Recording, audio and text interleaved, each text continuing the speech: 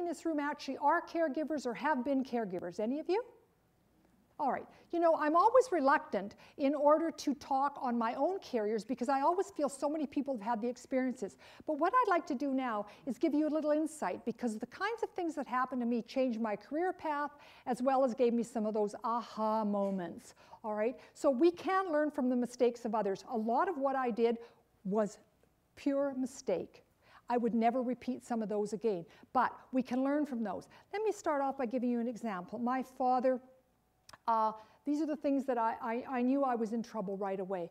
When I was a care manager for my mother's care from her open heart surgery for several decades. She was a very young woman, she needed open heart surgery.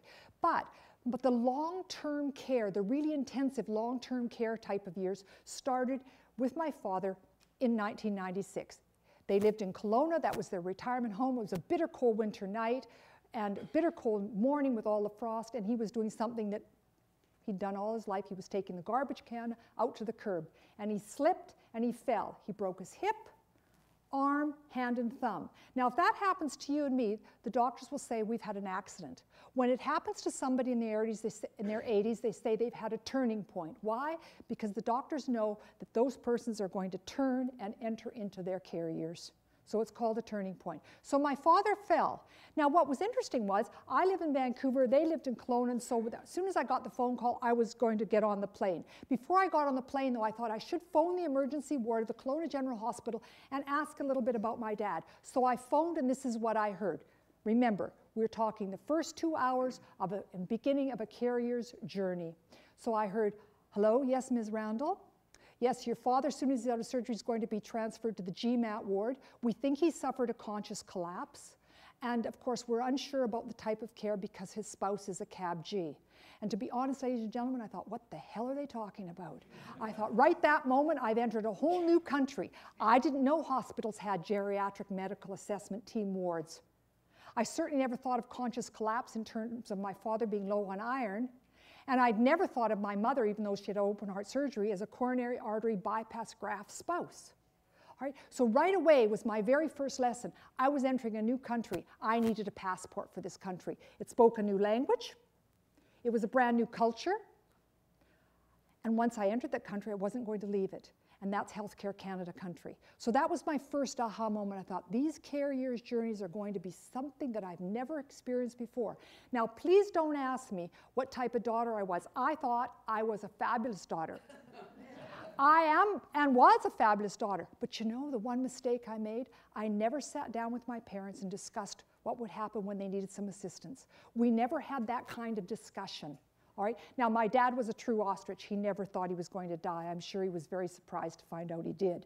But the fact is that it would have been a hard discussion in the first place. But the reality is that that's one of the conversations and one of the kinds of lessons that I learned, that we have to talk and plan for the carriers by having a conversation with our family. How many of you in this room have actually sat down with your adult children and had a conversation about the kinds of wishes you have if you need care?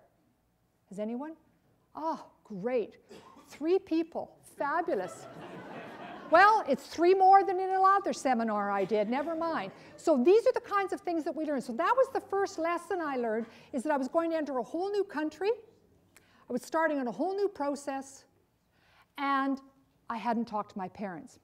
The next one I learned was a little lesson about who's going to care for things. Who's going to care for people? Now, if you think about it, we have a few choices. We can live on our own, stay in our own home with care, live in care, part-time care, shift care, some government care. We can move in with our children. That's not recommended. Our children can move in with us. That ain't happening. All right? Or we can go in a nursing home if we qualify. But those are really it. Now, I'm talking about our own home being whether it's a retirement community, boutique assisted living, your own independent house, your own home. So I decided that my parents would stay at home, that they didn't qualify for anything else, and they weren't going to change. We're not going to change communities. Kelowna had been their home for years. It was my mother's home as a young woman, and they went there to retire, so they were going to live at home. That meant I had to hire a live-in caregiver because we needed 24/7 care when my dad got home. So that's it. I got huge newspaper ad out. I wrote the newspaper ad, put it out in all the papers around the Okanagan, formed a long list, got the short list down, did the interview. Remember, this is the most important job you're ever going to interview for. Got it down to a short list, looked at it, interviewed those 4, had my mother meet those 4 candidates, of course not in her own home for security reasons, picked one, got her settled. Put the whole change the whole lower half of the house to accommodate, because if you hire a living caregiver, you have to give them their own bathroom and their own bedroom and their own living area. So I changed the whole part of my parents' house, had that all done, got her moved in, just great. I went, phew.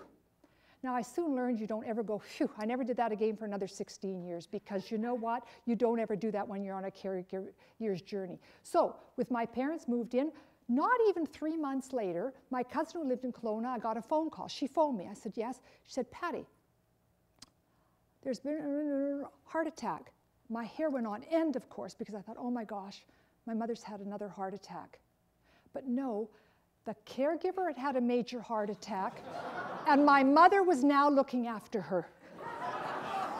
So on the plane I went. Now, you know, I never thought when I'm interviewing, how do you interview people for these kinds of things? I was hiring these women, they were over 60. I thought there'd be great live-in care, not nursing, just live-in care that could do all the basics, so that was fine. We went to caregiver number 2, and that was fine. She was still available. I hired her. 4 months later, my mother phoned me and said, you better get on another plane, Patty, I've just fired her. So that ended that. Third caregiver we tried was a relative. I don't ever recommend that. And the story went on. But we ended up finally, the lesson I learned was, why am I trying to hire senior people to look after seniors? It made sense, their own level. But you know what? The final caregiver that stayed with my mother a long time was a 39-year-old woman, single mom, brought her 12-year-old daughter, her tabby cat in, and they were fabulous together as a team. So live-in care, that's another whole situation. Where you have your care, that was the next lesson. I learned other lessons too, just a couple more. I learned that we don't organize our documents very well. We just don't organize our documents very well. And we don't put our noses into our parents' situations when we should. I should have. My dad worked 42 years for Tech Cominco in Trail. They retired and built their home in Kelowna. I should have put my nose in their business as an only child long before they retired, but I didn't. My dad kept saying, don't ever worry to my mom, I have this insurance policy for you. You'll be well taken care of if something were to happen to me.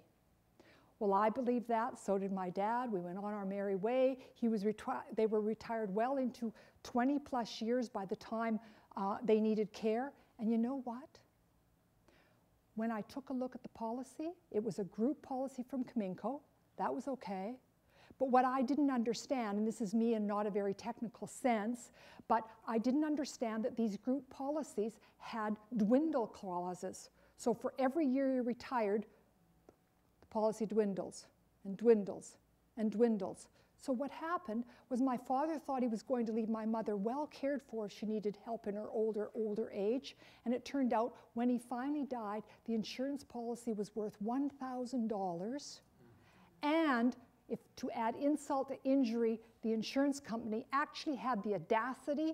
Now remember, he'd owned this policy for a minimum of 20 years at work, 20 years of retirement, a minimum of 40 years, probably closer to 50 years. They had the audacity to send me the interest check of $2.42 on the policy. So you know what? I think all children, when you're having the dialogue with them, the discussions with them, have to be involved. When you're sitting talking to the Nicola group and you're talking about your plans for your care, that should be a family conversation. That's not a private conversation. That's a spousal one. As a matter of fact, I fired one of my financial planners strictly because they never ever included me in the conversation, and I'm a working woman. They didn't include me in a conversation when they were talking about all the financial planning, retirement planning, etc., with my husband.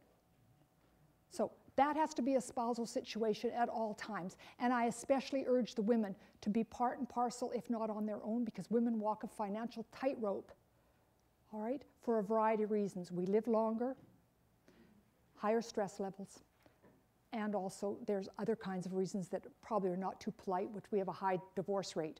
All right, so having said that, there are these kinds of things to consideration, but I don't want you to think that carriers' journeys are all about doom and gloom. They certainly are full of aha moments, don't get me wrong. But some of them are great fun. My mother was in her 80s and she phoned me and said one day, Patty, where are we going for our summer vacation? I was like, oh, where are we going for our summer vacation? So off we went down to see the redwoods for 15 days. That was the amount of out-of-province insurance I could get. We had a great time. My father likes looking around his own community, and when he was in a nursing home, I would go up 1 week a month, and I would do the respite care, give the caregiver a break. I'd do the respite care, and I would take him around the community. And we would drive around. Now, all of you, some of you may or may not know Kelowna sitting on the lake. You've probably been there or at least know of it, all right? And they were doing a lot of building. And so we were driving along one day, and I was saying to Dad, well, look, there's a new Starbucks here down near the lake, and there's a new art gallery, and look on the side, there's a new theater, and there's a new condom shop, and and he said, what? And I said, now my dad's in his 80s.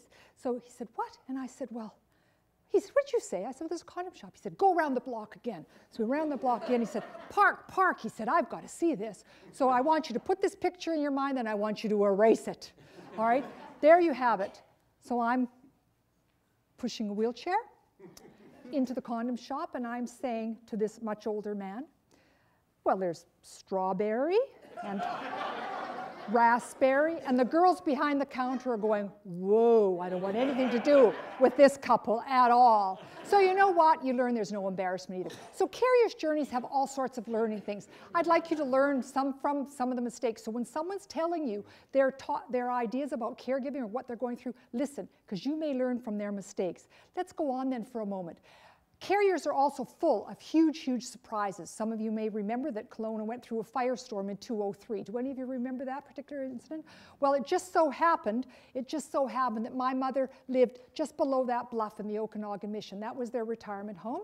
And I flew in that day when the firestorm was getting quite critical, and it was really bad. The wipers were taking away all the cinders, etc. And I flew in to give the caregiver time to go and see her senior mother so I could come and look after my own mother. And that night, I got Mom into bed at 10 o'clock, and I went to pull the kitchen drapes, and I looked out, and the sky was absolutely that color, totally red. And I said to her, well, Mom, went in, got her up, I said, it's time for us to go. Now, what's the last thing you'll ever be doing with your 80-year-old mother but evacuating her from a fire situation that may take her home, and where is she going to live?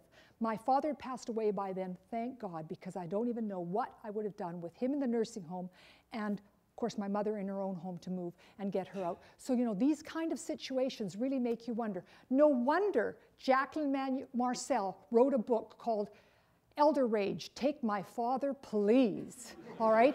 And in that, she found out that caregivers have a 63% higher death rate than others their own age. Now, I know that doesn't forebode well for me, but just the same, this is a fact. So you do not want your family being caregivers. It's the stress rate. So care years are full of surprises.